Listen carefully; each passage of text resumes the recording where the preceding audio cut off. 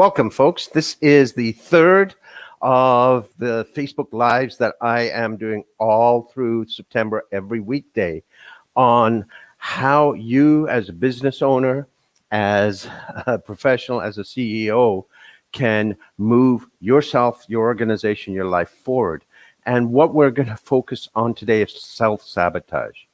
And I am going to be sharing with you probably the biggest cause of self-sabotage around, and money that this is something that you do almost every day.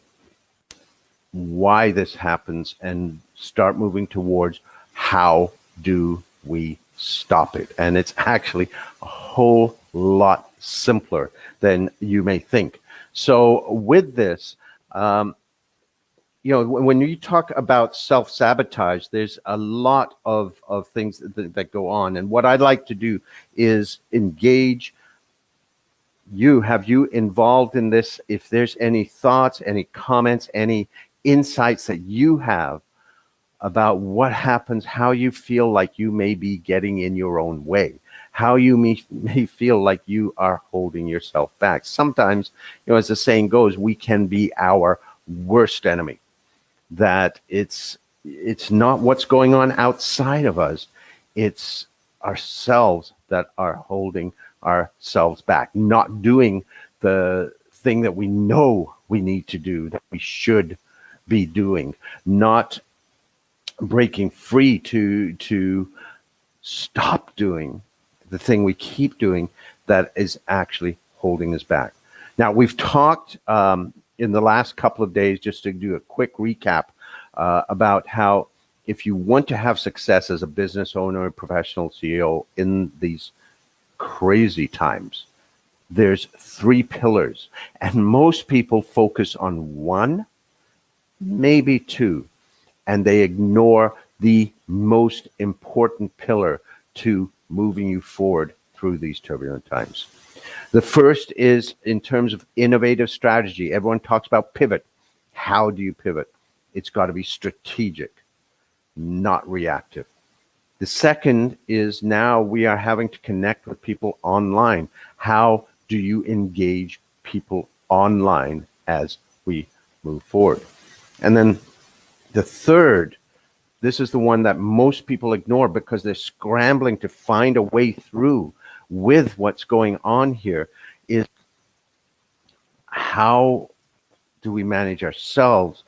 How do we make ourselves resilient? And how do we deal with all the things the ways we're reacting, so that we can be more resourceful for ourselves, for everybody else, for the people in our organization, for our customers, for our families, for our friends, everybody who's counting on us. Because if you're like a lot of the people that I work with, everyone seems to be counting on you, but then there's very little that you have or you're able to do that allows you to get support when you need it. So that's why this series is really focused on that largest pillar, which is about leading yourself. And one of the biggest challenges in leading yourself is dealing with self-sabotage, because it's not just about pushing. It's how are we getting in our own way. And this is not conscious. It's the way that a lot of us, we learned when we were very young. So what I want to get at is why that happens and the biggest cause of that today. Now, whether you're watching this live or if you're watching this in the replay, please jot down your insights, your comments, your questions. I can see it right now live, but I will be following through as well in the comments, and I can respond to them. And as we go through this series, I can bring through a whole lot more that's relevant to you. But I need to hear more of where you're at and what's going on with you. Okay, so with this, there's one approach that is probably the biggest cause of self-sabotage that is around. And as I said, pretty much everybody does it.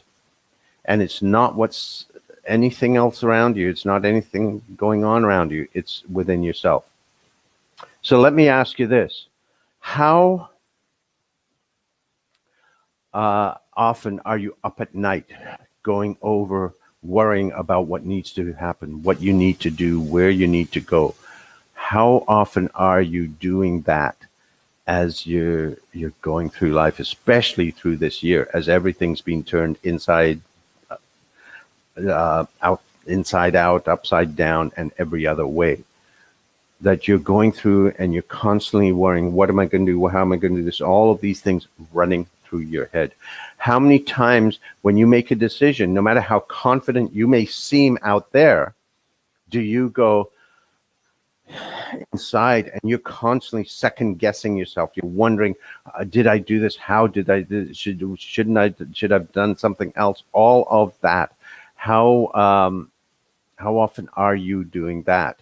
When you are coming up to a decision, how often does it run through your head over and over and over and over again? Right? That is the single biggest source of self-sabotage. It is your own self-talk. Now, here's what's interesting. Most people don't realize you can actually shut that off. And we're going to get to that.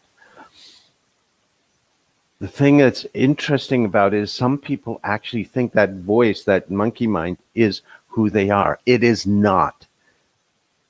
It is a voice that you think, but it's not you, first and foremost.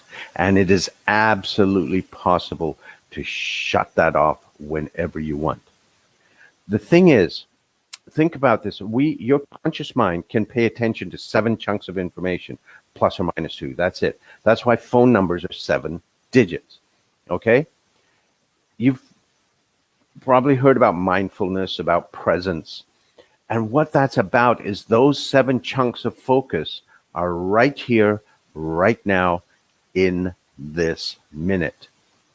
If some of those chunks, if you're using some of those in thinking about things that happened and beating yourself up, if you're thinking about what's going to come and making yourself anxious about it, you are not present. At its simplest, that's what mindfulness is about. It's about bringing those 7 chunks of information right here, right now.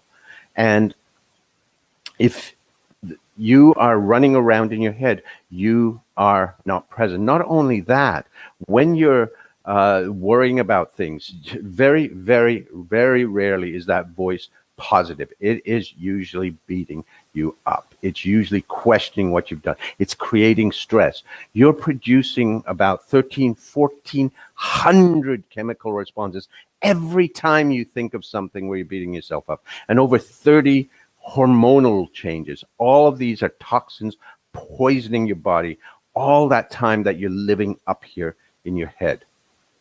Now, let's take this thing of being present, because that's what getting out of that voice is about.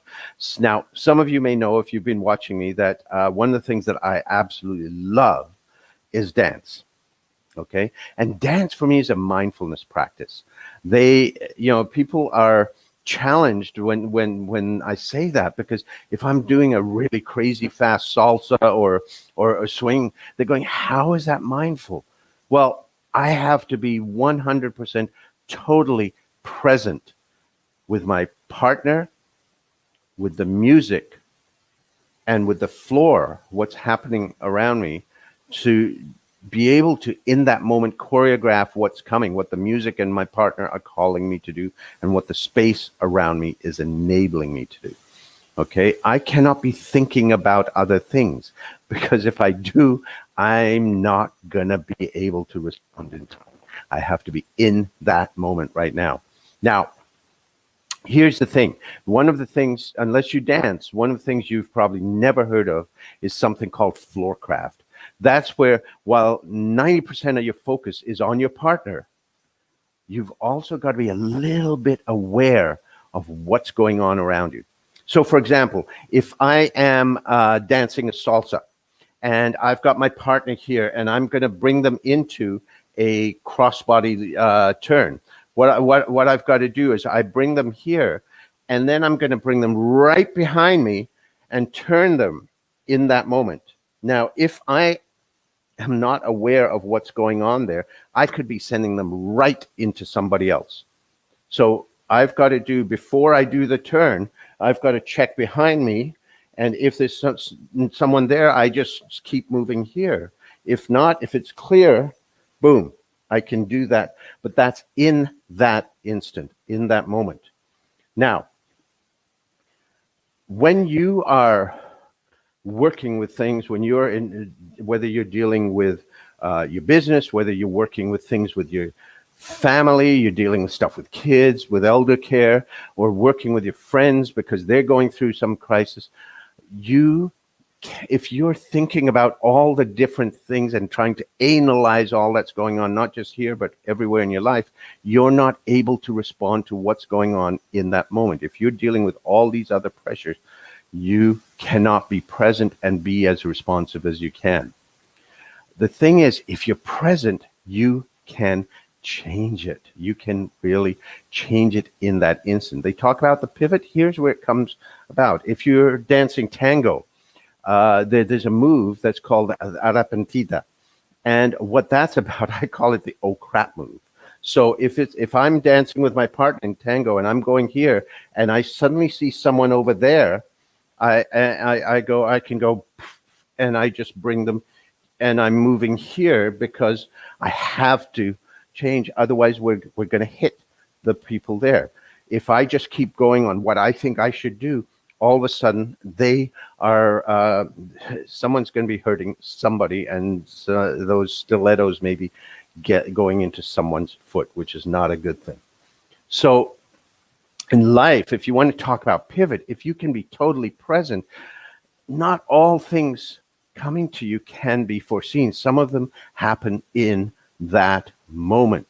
But if you're in your head, you're not going to be aware of what's coming in your way until it's way too late. And all of a sudden, you've got a train wreck. So how can you let go of the things that you're not dealing with right now? So if you're working on a business decision, you can be fully present with this. If you're talking with a friend about something that they're going through, to be totally present with them.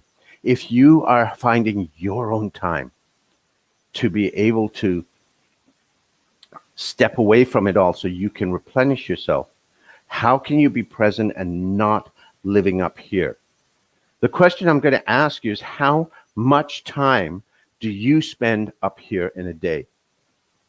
Is it all of your waking hours? 90%, 80%? For most people, it's something like that. Somewhere in the 100, 90, 80% of the time, they're up here thinking about what I shouldn't have done that, all these things. And that's what tears away at you. It takes away at your ability to move forward because you're second guessing yourself. You're anxious about what's to come and imagining all the worst scenarios. So you're setting yourself up to increase the chance that you're going to fail. Imagine if you could, just like turning a switch, shut that off. So for a moment, you can breathe. You can let it go and be present with yourself or with the people in your life. You know, part of the reason I think that we feel guilty that we're not giving enough to others is when we're with them, we're already thinking about all the other things we should be, so we're not really there. One of the biggest resources that I've found in my programs and my coaching is when I show my clients how to shut off that self-talk, that monkey mind. And the moment you have that, you literally can breathe. So, plus you're shutting off all those poisons, the toxins that you're pumping into your body because of all the stressors that you are focused on. So What I'm going to do tomorrow is I'm going to show you that technique. This is one of the power techniques from my Soul Engineering Your Life program about how to literally shut off that self-talk at will. And we're going to go through that. If you've got questions, come work with me on that. Again, if you've got thoughts, questions around this, please jot them in the comments, any insights about what it is that happens when that self-talk happens, because usually it's a downward spiral we get into. We just keep going and going and going. That's why you can't sleep at night. It just keeps going.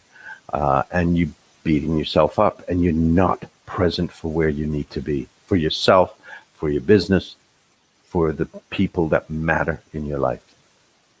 So tomorrow, noon Eastern time, 1 o'clock Atlantic, 9 o'clock Pacific, and 5 o'clock Greenwich Mean Time, I'll show you how you can literally shut off that self-talk live here on Facebook and YouTube. And then I'll be uploading it to Instagram and to LinkedIn. So please share in your comments your thoughts about this, and join me tomorrow as I'll show you how you can literally turn off that self-talk and turn off that biggest cause of self-sabotage in your life. I'm Ravi Tangri, and we will see you tomorrow. Have a great one. Bye-bye.